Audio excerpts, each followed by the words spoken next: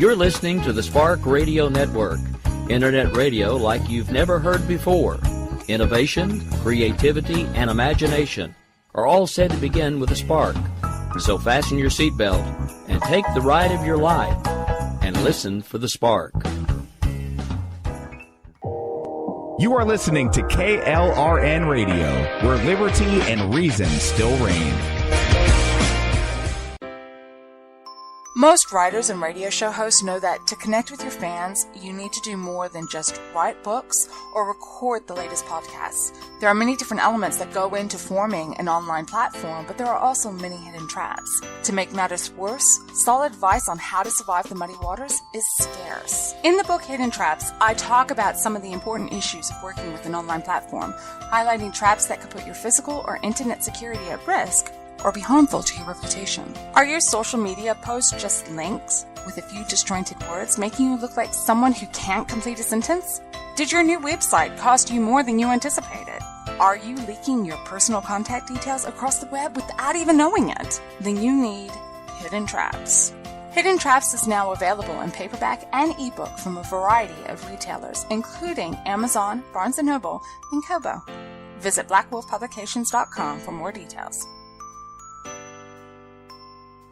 If you're 85 or younger, would you like peace of mind and comfort for your family? We're Final Expense Direct with an urgent message for you. The average funeral today costs over $8,000, but the most you'll get from government benefits is $255. How will your family pay the difference? We can help. Our senior plans start as low as just $1 a day and pay up to $30,000 for a funeral and other final expenses. Peace of mind is easy. There's no medical exam. You'll have lifetime coverage, and your plan can't be canceled as long as you pay your premiums. Call now for free information about our senior plans. Answer a few simple questions and receive approval right on the phone. Plus, call right now and we'll give you a discount prescription card for free. Call 800-553-8687. That's 800-553-8687. Again, 800-553-8687. KLRN Radio has advertising rates available. We have rates to fit almost any budget. Contact us at advertising@klrnradio.com.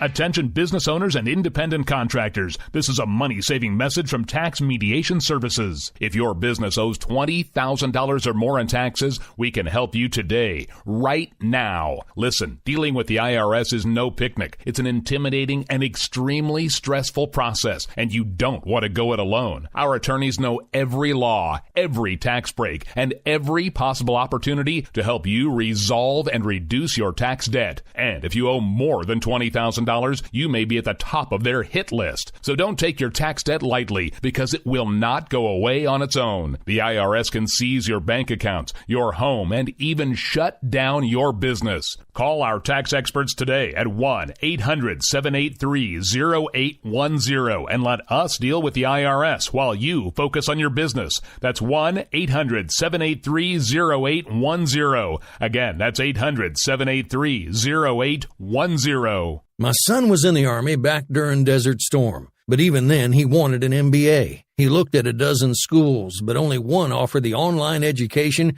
and flexibility he needed while he was in a tent in Iraq. Grantham University. Turns out that Grantham's been delivering affordable, relevant college and advanced degrees for over 65 years. Heck, if they can deliver a quality education to a soldier in a tent overseas, think about the flexibility Grantham can offer you so you can earn your degree too. It doesn't matter how complicated or full your life is. If getting a degree is on your bucket list, you'll want to do what my son did. You'll want to call Grantham. Find out how easy it is to get started on your education so you can check that college degree off your bucket list. Call Grantham right now, 800-910-1370. That's 800-910-1370.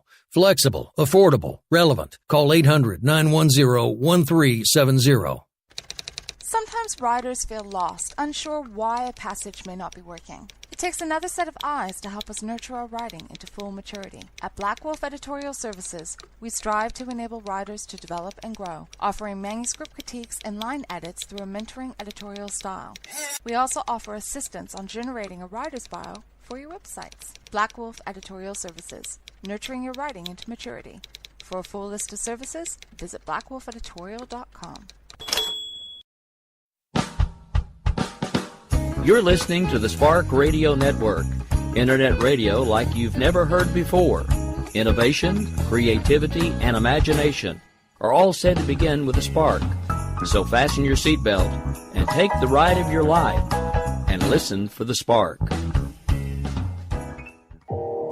You are listening to KLRN Radio, where liberty and reason still reign.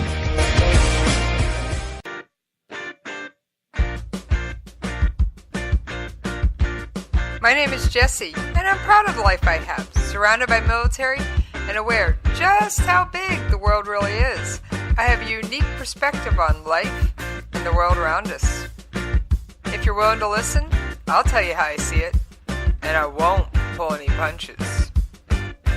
This is my POV, which stands for Point of View.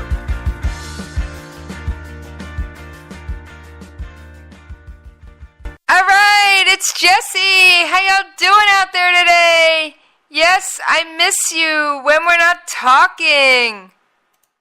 But Syria was such a big topic, and I'm sorry I never got on yesterday, but I've got a treat.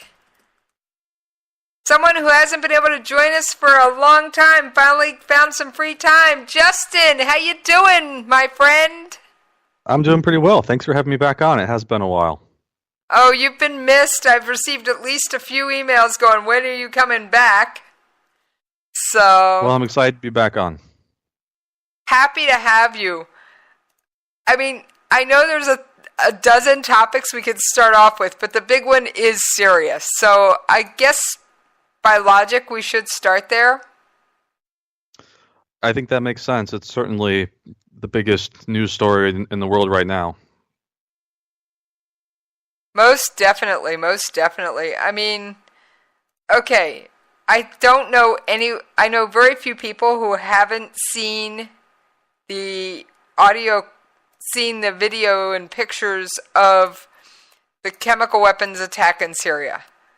I mean, do you know of too many people that haven't seen it or at least heard about it? No, I mean, it's been all over the news. I would imagine pretty much everybody at this point is at least aware of it. Right. So, what is your take on what happened? First of all, do you think Syria did it? Personal opinion here. And secondly, do you think that Israel did the attack? Well, obviously those are both broad questions without a whole lot of proof. Yeah. I will say, to bail you out a little bit, I think Israel did do the attack, because I know we didn't. Yeah, I'll start with your first question about did Syria do it. Obviously, this was not the first time that something like this has happened. I don't even think it's the first time in Duma that they've been hit with a chemical weapons attack. Now, I believe most people outside of Russia and probably Iran think that it was Assad or Assad's forces. Honestly, I tend to agree. I think that makes the most sense. Duma is one of the only, if not the last, town that's held by the rebels in that part of the country. So it wouldn't make a whole lot of sense for a rebel force to attack their own, last stand. Be like the Texans, chemical attacking the Alamo is their last stand in the area, right? It wouldn't make a whole lot of sense for them to do that. So I think it makes the most sense that it was Assad or Assad's forces. Whether or not Assad ordered it or was some general on his own, I have no idea. I don't have any proof either way, but I do think it makes the most sense that's where it came from, that side of the battle. Assad obviously has denied it, as he does with all of them. But it just certainly makes the most sense to me.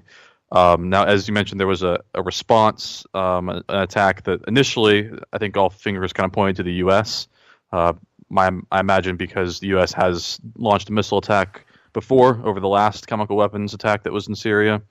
When we launched, it was like 53 missiles or whatever it was. Right. But the U.S., obviously said that it wasn't us this time, so fingers started pointing different directions, and they kind of landed on Israel.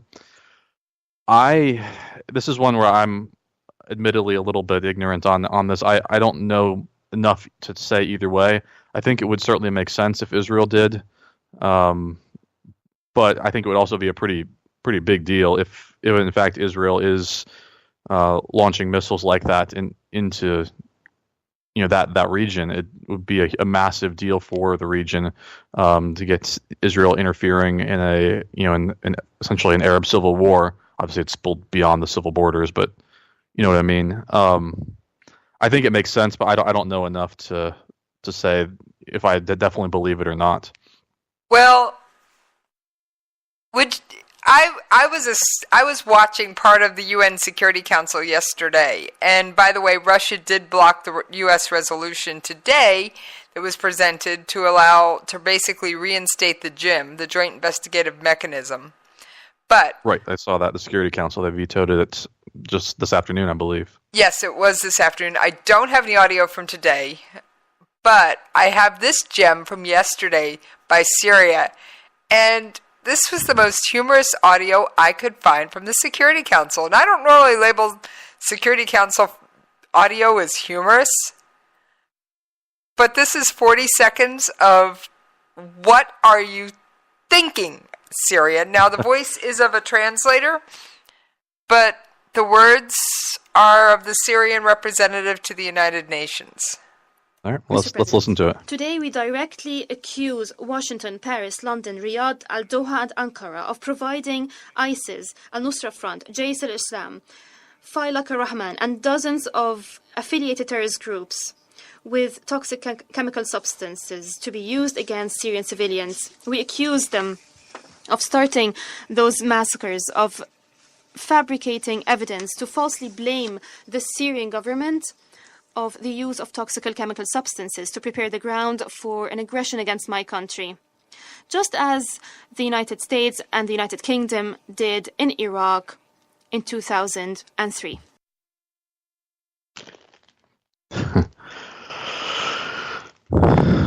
Yeah, where do you start with that? That's certainly a ridiculous accusation that the U.S. would give chemical weapons to a group like ISIS or al-Nusra, who are, by all accounts, some of our largest enemies in the world. That doesn't make any logical sense. I don't even quite know where to start with that.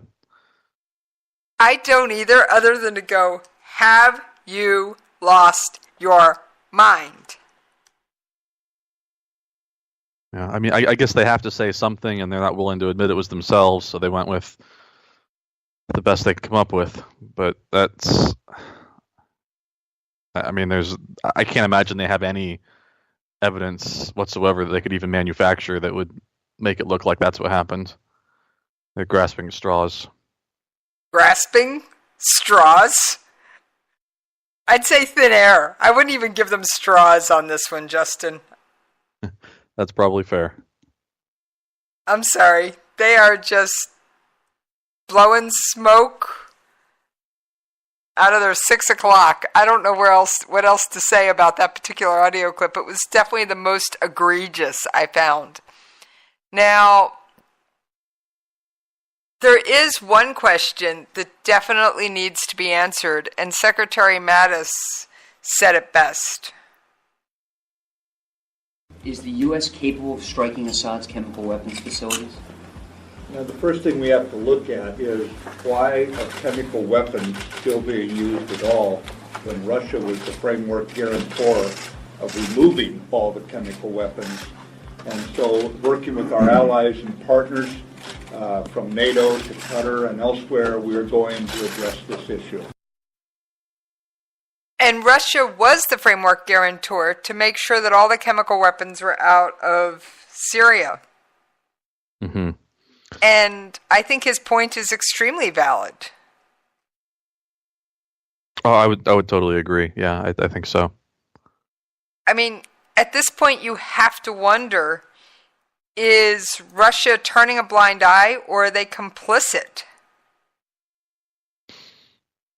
That's a really good question, and it's certainly something to be raised when they jump to defend Assad and the Syrian regime as quickly as they did. Post chemical weapons attack, they were very quick to say that they believed Assad, despite having, to my knowledge, very little or any evidence to suggest otherwise. You certainly have to wonder what their motivations are in all of this and just how much they know. You do. Now, I do have a quote, and this wasn't from this particular Security Council meeting, but it was from one not that long ago about the OPCW. And that they're the people that deal with chemical weapons at the UN. Right, the Organization for the Prohibition of Chemical Weapons. Thank you. The OPCW Technical Secretariat continues to be unable to confirm the completeness and accuracy of Syria's declaration. 8 seconds and it says it all. Yeah. They can't confirm bubkus. And, I mean, it's one of those things. First you've got Syria coming out and saying the U.S. did it. Then you have Russia clearly looking the other way. And then you have, here's another great little gem. And this was by the Russian representative. Again, it is the voice of a translator. Following instructions of sponsors of derailed the evacuation of the fourth party of fighters from Duma and resumed the rocket and mortar firing against residential areas in Damascus. He's basically saying that the rebels were following U.S. instructions. Mm-hmm. And I'm sitting here going, wait a minute. Why? That doesn't make any sense. Yeah, it makes very little sense. The U.S. has been supporting the rebels. We wouldn't want to harm them in any way. It just doesn't make a lot of sense. Now, I do agree with this one. I did find one statement by the Russians I agreed with. What was that? Seen recently, ISIL launched new operations in Syria, inside Syria, in south of Damascus, rural Damascus, in remote areas near the Iraqi border. Actually, that was the Syrians, but yeah, it was, that ISIS or Daesh is still in Syria. Now that I believe, that in small groups and numbers in some places, especially near the Iraqi border, there are still some of them around. Yeah, I would definitely believe that as well. But I don't see why they would be attacking rebels. It doesn't make any sense. Mm-hmm. Now, this is another older UN Security Council clip by Nikki Haley. The Assad regime continued using chemical weapons against the Syrian people. One member of this council shielded the Assad regime from any consequences, then blocked us from renewing the joint investigative mechanism. Our consensus broke down. The world today is a far more dangerous place because of it. The Assad regime keeps dropping chlorine bombs on innocent men, women, and children. Just these past few weeks, when the regime seized eastern Ghouta, there were credible reports of chlorine gas attacks. Obviously, that was during the Ghouta incident. And Ghouta and Duma, I mean, it just keeps going. Yeah. Now, I know this is one of those, what do you make of it? But I want to put this in a slightly broader context. And I'm going to play one clip and then let you respond to all of it. Because Russia's not innocent. They can't be. And here isn't my word saying so. This is Prime Minister Theresa May when she spoke in front of the House of Commons after the Skripal incident. Mr. Speaker, this action has happened against a backdrop of a well-established pattern of Russian state aggression. Russia's illegal annexation of Crimea was the first time since the Second World War that one sovereign nation has forcibly taken territory from another in Europe. Russia has fomented conflict in the Donbass, repeatedly violated the national airspace of several European countries, and mounted a sustained campaign of cyber espionage and disruption. This has included meddling in elections and hacking the Danish Ministry of Defence and the Bundestag, among many others. During his recent State of the Union address, President Putin showed video graphics of missile launches, flight trajectories and explosions, including the modelling of attacks on the United States, with a series of warheads impacting in Florida. Well? Yeah. I mean, this is clearly been a pattern, of behavior coming out of Russians, the Russian government, for a while now, with Putin in control. I mean, you can go back, years. You go back to, the Soviet Union fell, Russia went, way, way down the ranks of, world powers. But under Putin, they've really stormed back in a variety of areas, militarily, economically, and over the last 5 years, maybe, in particular, he really seems to have gotten pretty bold with what he thinks he can do and what he thinks he can accomplish. Even to the point of the poisoning that took place in the UK that was linked back to Russia, and all the European states, kicked out diplomats and things because of it. He's certainly gotten much, much bolder. I think the question becomes whether or not he thinks that there will be any sort of backlash, or if he can continue to get away with it. To this point, he certainly seems to be getting away with it, as nobody is really doing much about it. And I think that just emboldens him. He looks at things like the United States with, the previous administration, but the red line in Syria, and not doing anything when they crossed a major line of warfare there. I think he looks at the EU as being fairly impotent in terms of dealing with some of these things. The UN, being a Security Council member, they can pretty much veto anything that comes to play.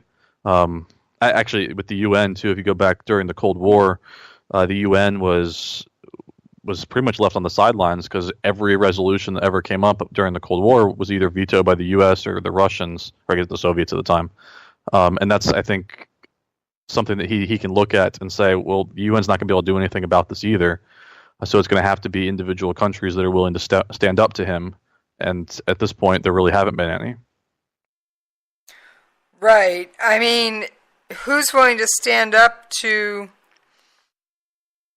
Putin? I mean, he is, in essence, quite a powerful dictator, and I don't know what else to say. And that summation of his recent actions just goes to show how far he's willing to go. Mm-hmm. I mean, the first time since World War II where one European country has taken territory from another by force. Yeah, I mean, that's a huge deal. I mean, for the most part, beyond a few little small skirmishes here and there, wars aren't fought over territory anymore. Countries aren't taking territory from other countries, especially at the great power level. Maybe some of the smaller states, maybe in Africa or whatever, but countries don't take territory from one another anymore. We can definitely safely say that in Europe. So yeah, absolutely. You can absolutely say it in Europe, and I would argue pretty much the Americas as well. You just don't see that, and so the fact that he did is a pretty major deal, because it's the first time it's happened in a long, long time. It shows he thinks he can get away with it. As I said before, it's a very bold move on his part.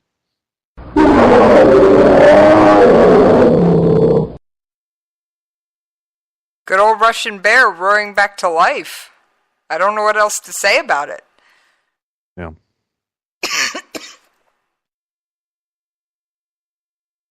But Justin, there's a question in chat. Would you about Syria and the proxy war? Would you want to take that? Sure. Yeah. The question is Syria already a proxy war, or on the verge of becoming one? And I would say it's definitely on the verge of becoming one at the very least. And I think you could make an argument that it already kind of is. I mean, it started out as a civil conflict, between rebels and the government regime, and now we're at a point where both sides, and actually I guess there's multiple sides too when you factor in the Islamic State and the many different rebel groups, but both sides are being funded by outside sources pretty heavily at this point. The U.S., pledged weapons. We've helped and supported different groups there. The Russians obviously have supported Assad. Now, I think the question is, it's kind of a spectrum, right, as to how much support actually equates to a proxy war, and that's where I think you can get a little vague with your definitions. It's not a proxy war in the sense of the Vietnam or Korea was. It's certainly not on that level. But I think it's in the very early stages, or maybe a small type of proxy war that both the U.S. and Russia are kind of using to establish power and control. I mean, the Russians clearly want control and influence in the Middle East, especially the access to the ports in the Mediterranean. U.S. doesn't want that, and so they're kind of using Syria as a pawn, and that's partly why this war has gone on so long. I mean, what are we in, like year 8 now of this? What was just a civil conflict? Exactly. Proxy wars. I mean, the data shows proxy wars last a lot longer than non-proxy wars because you're constantly funneling money in and other support. And I think that's kind of what we're starting to see here. Is it's lingering and going on longer than it would have otherwise because of that support being poured into both sides. And not to mention the fact that you've got the state of Iran in the middle of it as well.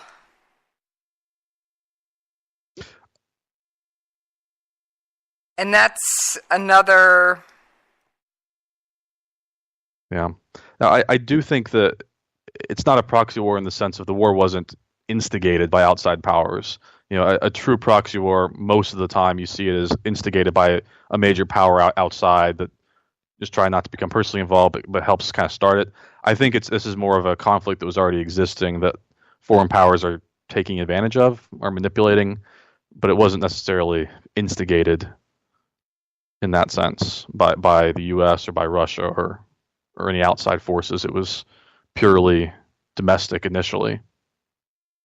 Right, and it was a domestic issue, and then I don't know who stepped in first, Russia or the U.S., and I'd have to defer to my history expert, Justin, on that one, but Obama did use the CIA to funnel weapons and other equipment. A large portion of it, I will say, was non-lethal, but not all of it, to the, quote, Syrian rebels. But then Trump came along and he did end that program. So I will admit that there was a time where the U.S. was helping prop up the rebels. But then, one president can't control what the next president does, and nor should they. But when Trump gained the office, he said, "No, we're done with that noise."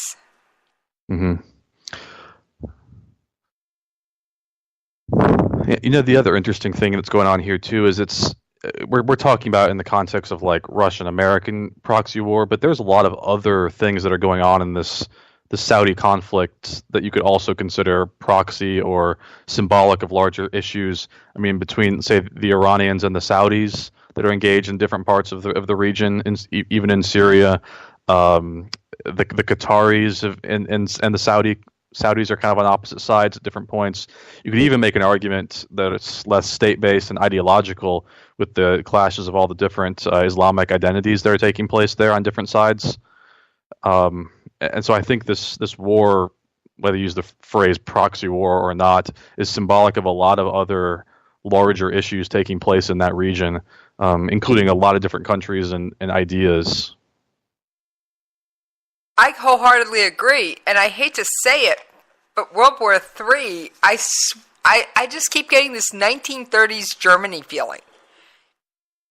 And I can't get away from it. And I try. And every year that goes by, it's like, whew, dodged a bullet. Mm-hmm.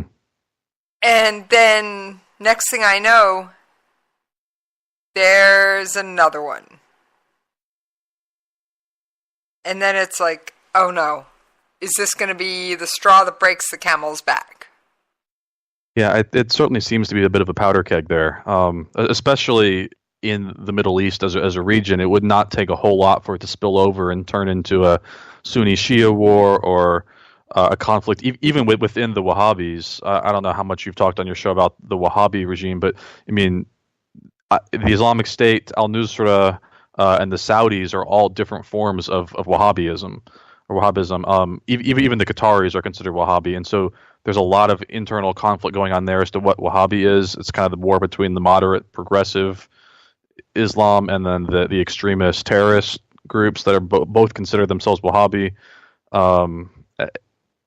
It would not take a whole lot for those sorts of conflicts to spill over into other countries, especially when you have groups like Hezbollah, who are mostly mostly a Lebanese group, but they're fighting there as well. The Muslim Brotherhood, the Salafis. I think there's a lot of different identities that are fighting there that would not take a whole lot for it to spill over into other parts of the Middle East and start to engulf a wider section of that region. I agree. Unfortunately, it is time for a commercial break. So we will pick this up on the other side.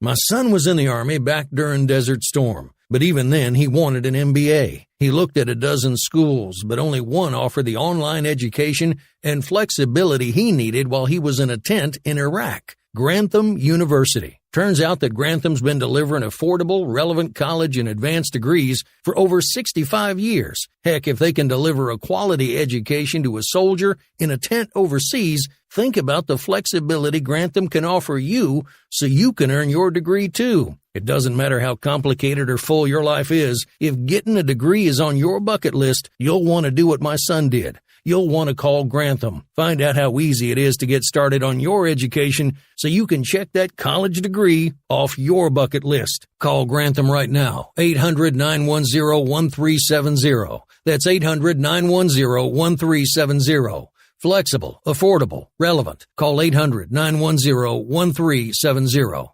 Attention business owners and independent contractors. This is a money-saving message from Tax Mediation Services. If your business owes $20,000 or more in taxes, we can help you today, right now. Listen, dealing with the IRS is no picnic. It's an intimidating and extremely stressful process, and you don't want to go it alone. Our attorneys know every law, every tax break, and every possible opportunity to help you resolve and reduce your tax debt. And if you owe more than $20,000, you may be at the top of their hit list. So don't take your tax debt lightly, because it will not go away on its own. The IRS can seize your bank accounts, your home, and even shut down your business. Call our tax experts today at 1-800-783-0810 and let us deal with the IRS while you focus on your business. That's 1-800-783-0810. Again, that's 800-783-0810.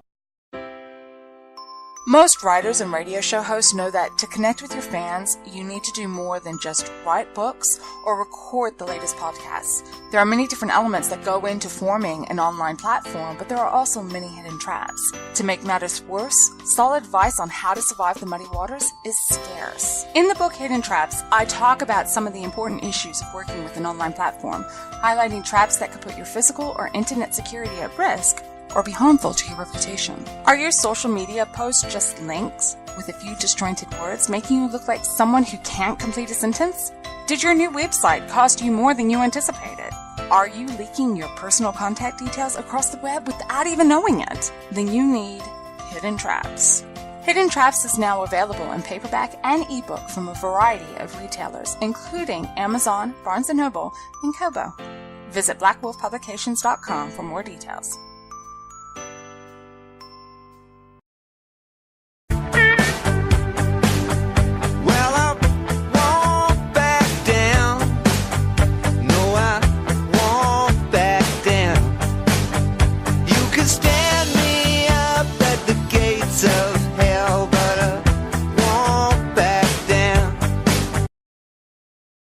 Thank y'all for hanging in there with us while we paid those radio station bills. Yes, it is quite the intriguing evening. Now, Justin, we've had comments in chat, comments on the air. I don't know which way to run first. Well, why don't we kick it off with one of those questions that came up in chat? It was asked, should the U.S. just leave Syria, or will that lead to, ISIL 2.0? I think that's a really important question that needs to be asked going forward. Obviously, because we ran into such a huge deal when the original ISIL or ISIS arose out of Iraq. I think this is a really big question going forward. So I think why don't we kick things off by starting there? Okay. I think if we pull out too early, unfortunately, some group, whether it's called Daesh, ISIS, ISIL, Al-Qaeda, because Hamza bin Laden, and I've been wanting to bring this up on air, he's in his 30s. He is wanting to get out from under Dad's shadow. And so I think he's looking for an opening. Yeah, so I think some group would take its place if we pull out too soon. I would tend to agree. The problem I keep running into on this is that they're really, at this point, I don't really see any great options, right? I mean, the way I see it, there's a couple things we could do. I mean, you could have Trump respond same way we did last time with some sort of limited single strike or maybe a double strike or something, but limited, right? Just enough to impose costs, send a signal. It's just send that message that stop doing this, right? That's first option. Problem is that obviously hasn't worked in the past. This is to Assad. This is something that's an issue of his national survival. So a limited strike here or there isn't going to change his overall calculus of the event. So I would argue that that's not likely to have much effect other than maybe trying to send a signal to the rest of the world. That would be the only reason for that. Second would be to continue to arm, rebels, right? We could continue to arm those that would, again, try to pressure the Syrian government into making some concessions. But again, that's something that we've tried, hasn't really worked. And that's kind of the approach that Obama had, and the result actually ended up being probably an even bloodier war in Syria. So I'm not sure that's the best avenue. Third would be, kind of a full intervention of a sort, or a much stronger intervention that's not limited to a single strike or two. Again, this is very risky because that has the potential to spill over into what could be a World War III if you really go full bore on this, putting boots on the ground or any sort of strike that would threaten the kind of existential Syrian government, right, as a nation. And then fourth would be pulling out and saying, this is a regional issue. Let the region deal with it. And I think when you have that scenario, you really run the risk of, as it was said in the chat, an ISIL 2.0 arising there, because there is nobody to take Assad's place, right? I mean, if he's taken out of power, there's really no alternative. It just leads to chaos. Personally, and I've got to butt in here for just a second. Yeah. That's Putin's view of Assad, this little chipmunk over in the corner chittering. Because Russia, Iran, and Turkey got together to decide the fate of Syria. Syria didn't even have a seat at the table. Yeah, I mean, I think Putin sees everybody as a pawn that he can move around on his chessboard. And he wants access to the Mediterranean and whatever else in Syria. I don't think he cares much about Assad personally. No. Other than Assad is generally friendly to him. So he's going to keep a friendly regime in place over what could potentially be an unfriendly regime or a chaotic regime. Exactly. I mean, it's one of those things of, do you go with the devil you know or the devil you don't know? Mm-hmm. It's difficult. I mean, as I said, at this point, I'm not sure there is a great option. We kind of have to go with the best of a bad deal. This is something that should have been handled, I would argue, better 8 years ago when it first flared up. At this point, though, it's kind of too late, and so we have to work with what we have. I think you're absolutely right, though, that pulling out now would probably lead, or actually I would say pulling out or just full on going out and taking out Assad would lead to ISIL 2.0 or a completely chaotic country led essentially by a group of warlords, like what happened in Afghanistan and before the Taliban took over there. Exactly. I mean, I don't think there is I don't think there is an ideal solution. Now, I have to say that I've noticed the U.S. is starting to form a quiet coalition. And speaking of quiet coalitions, and we have about 15 minutes left, I'm going to mention an alliance that I don't know if you've even noticed, Justin, but I'm going to cross my fingers and take a speculation you've kept up. Mm-hmm. Saudi and Israel. In Israel, yep. That's been a very interesting. How? And yeah, it's a fascinating relationship to watch. Because obviously Saudi Arabia has this huge rivalry going on with Iran, right? And I think they see Israel as a potential ally in Iran, and they've essentially decided that Iran is a bigger threat to them than a non-Arab, non-Muslim state of Israel. Now, obviously, their relationship there is still very complicated, but as I assume you're referencing, there have been several small indicators that relationship is thawing, and is starting to improve over the last little bit here. Exactly. I mean, that relationship is definitely thawing, and it's doing so in very overt as well as many covert ways, I'm sure. But the overt ones are India Air now has permission to fly through Saudi Arabia, across Saudi airspace when flying to Tel Aviv. And not the least of which was Crown Prince Salman said that Israel has a right to exist. Yeah, that was a huge deal. Obviously, he very quickly walked back those statements to suggest he's still on the side of the Palestinians. But the fact that anything even remotely close to that was said at all is remarkable. I think he believes Israel has the right to exist. I just think he got his hands slapped by. Yeah, he has a lot of external pressure from other neighboring states and countries nearby and others in his various alliances. So I think he overstepped what his allies would have wanted him to say, but it doesn't necessarily mean he still holds the same views on Israel that they seem to. It's a huge deal if that relationship continues to improve there.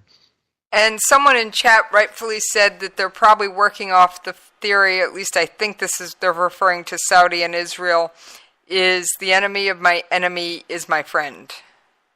Yeah, I think that makes a lot of sense. It's obviously that's an old cliche, but I think it really seems to fit here. That both Saudi Arabia and Israel see Iran as a major threat to not only them but to the region, and they're starting to thaw out their own relationship in that regard. I mean, When the Iran nuclear deal, both countries opposed it. Saudi Arabia complained quietly while Israel screamed from the rafters publicly. And now their roles have flip-flopped when it comes to Iran and the Houthis.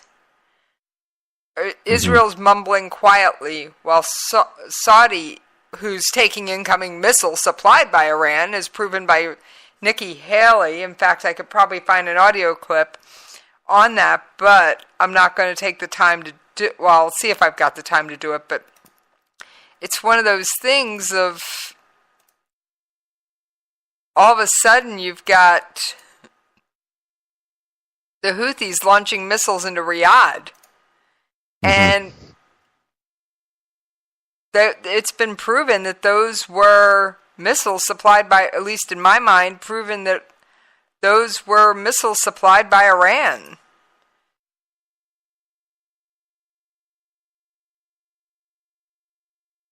Yeah, I think that's certainly very, very possible. Oh, I'm gonna go out on a limb here and go, it was beyond possible. It happened. Mm-hmm. I'm looking for the audio clip now, but Iran's fingerprints are all over those Houthi missile strikes. Yeah. And I found the audio clip I wanted. Aid from Iran's Revolutionary Guard to dangerous militias and terror groups is increasing. Its ballistic missiles and advanced weapons are turning up in war zones across the region. It's hard to find a conflict or a terrorist group in the Middle East that does not have Iran's fingerprints all over it. And I can't say anything to dispute that. Can you, Justin? No, I mean, the Houthis, right. Hezbollah, Hamas, potentially Al-Qaeda, because believe it or not, right after 9/11, do you know where and I saw this in a news article, do you know where bin Laden ran right after 9/11? I don't remember off the top of my head. Was it Iran? Yes. Before he went to Pakistan, he was in Iran. Yeah, they've certainly had a history of supporting groups like that and funding, Hezbollah and Hamas and other groups as well. I mean, I don't know how much crazier the Middle East can get, and Iran has already gotten its tentacles woven into the Iraqi government. So its tentacles seem unstoppable. And I hate to say it, but of course one of Iran's biggest trading partners is who? Well, North Korea would be and one. Who's North Korea's big cousin? China? Russia. In fact, speaking of North Korea and Russia, they are starting to work on a land bridge, and they want to complete it as soon as possible. Now, of course, they're doing this under the guise of trade, but I think it's more like for troops in case we cross the 38th parallel. It very well could be, yeah.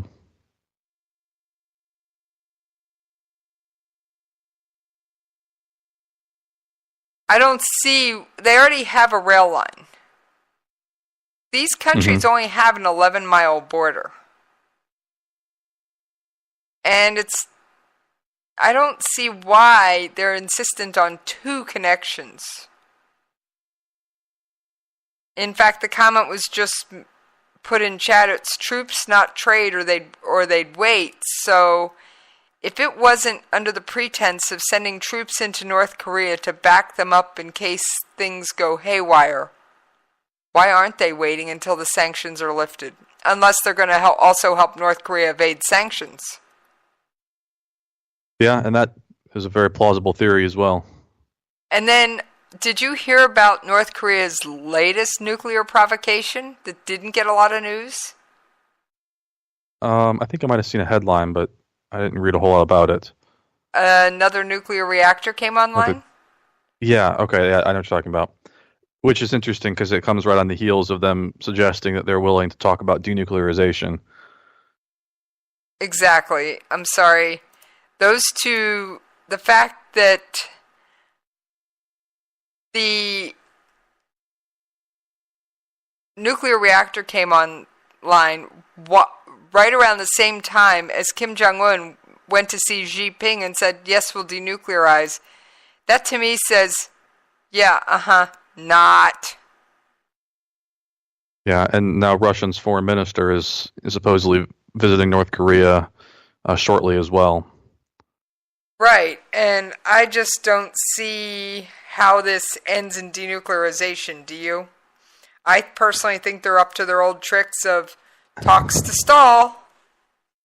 I would tend to agree. I mean, I think it's very interesting how chatty Kim Jong-un has become of late. Historically, the North Korean leaders have not been so chatty with other world leaders, and he's now spoken with, he has, or his officials have spoken with South Korea, the U.S., China, and now Russia. So he's certainly getting chatty on the global stage. But I mean, there's no real evidence or reason to think that we should believe him when he claims he wants to talk about denuclearization or the possibility of denuclearization. They have a history of going back on deals in the past, so even if a deal was made, you can't really trust it. And I think you're right that it could be a stall tactic for something else, or they're trying to draw attention elsewhere when something else, maybe away from this bridge with Russia or whatever. I think that certainly makes the most sense. It does, because I don't know where else to put the chaos, and the thing of it is all this is tied together. And I've also heard rumors, but seen very little press coverage, of the fact that Syria may be building an underground nuclear reactor. Now, what country do we know of that we've already mentioned on air tonight has underground nuclear reactors, Justin? Yeah, that's something North Korea has been known for. Nope. Well, they do have some, don't they? Not underground. Theirs are above ground. Oh, they run underground tests. That's what it is in the mountains there. So you're talking Iran then? Iran. Bingo. Ding, ding, ding. Yes. But North Korea did sell a nuclear reactor to Syria about a decade ago, and thankfully Israel, before it went active, bombed it into oblivion.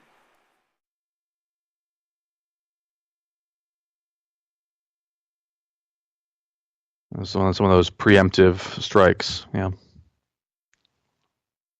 And I'm grateful they did, because the region where that reactor was overrun by Daesh.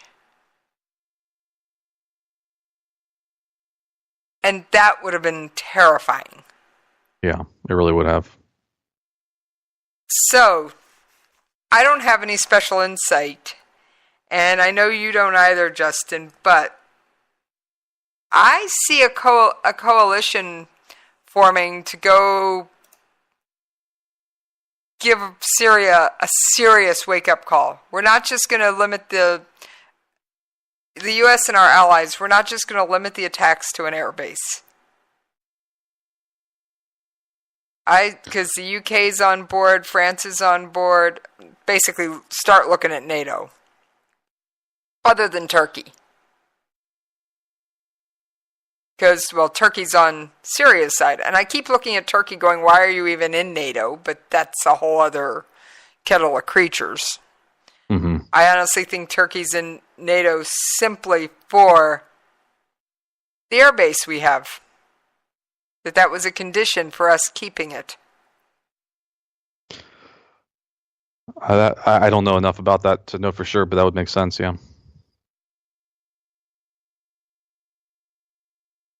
I mean, all these threads tie together, and there's one country that's in the center of them all.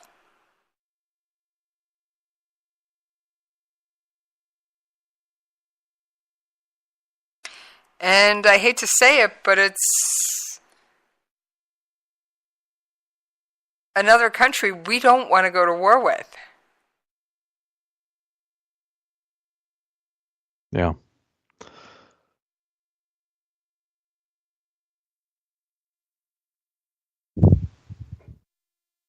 And it's Russia, because you look at Iran's tentacles. Yeah, they're funding terrorism, but who's helping Iran? Who's selling them weapon systems? And then the other one thing that's not well known, and I don't know if you've heard about China, One Belt, One Road. Yes, the Belt and Road Initiative. Whose infrastructure are they pouring billions of dollars into that we've mentioned tonight? Well, there's several. I would imagine the Belt and Road Initiative is huge. I'm not sure which one you're going after. You're getting at. Iran. Yeah.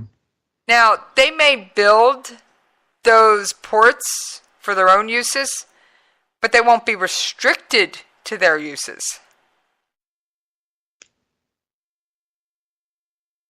So just because that China helps build them doesn't mean that it's only going to be goods that China wants moved that are going to go through them. Because there's no way to restrict a port like that once it's built. Yeah, it'd be very, very difficult. Just say impossible. Or next to.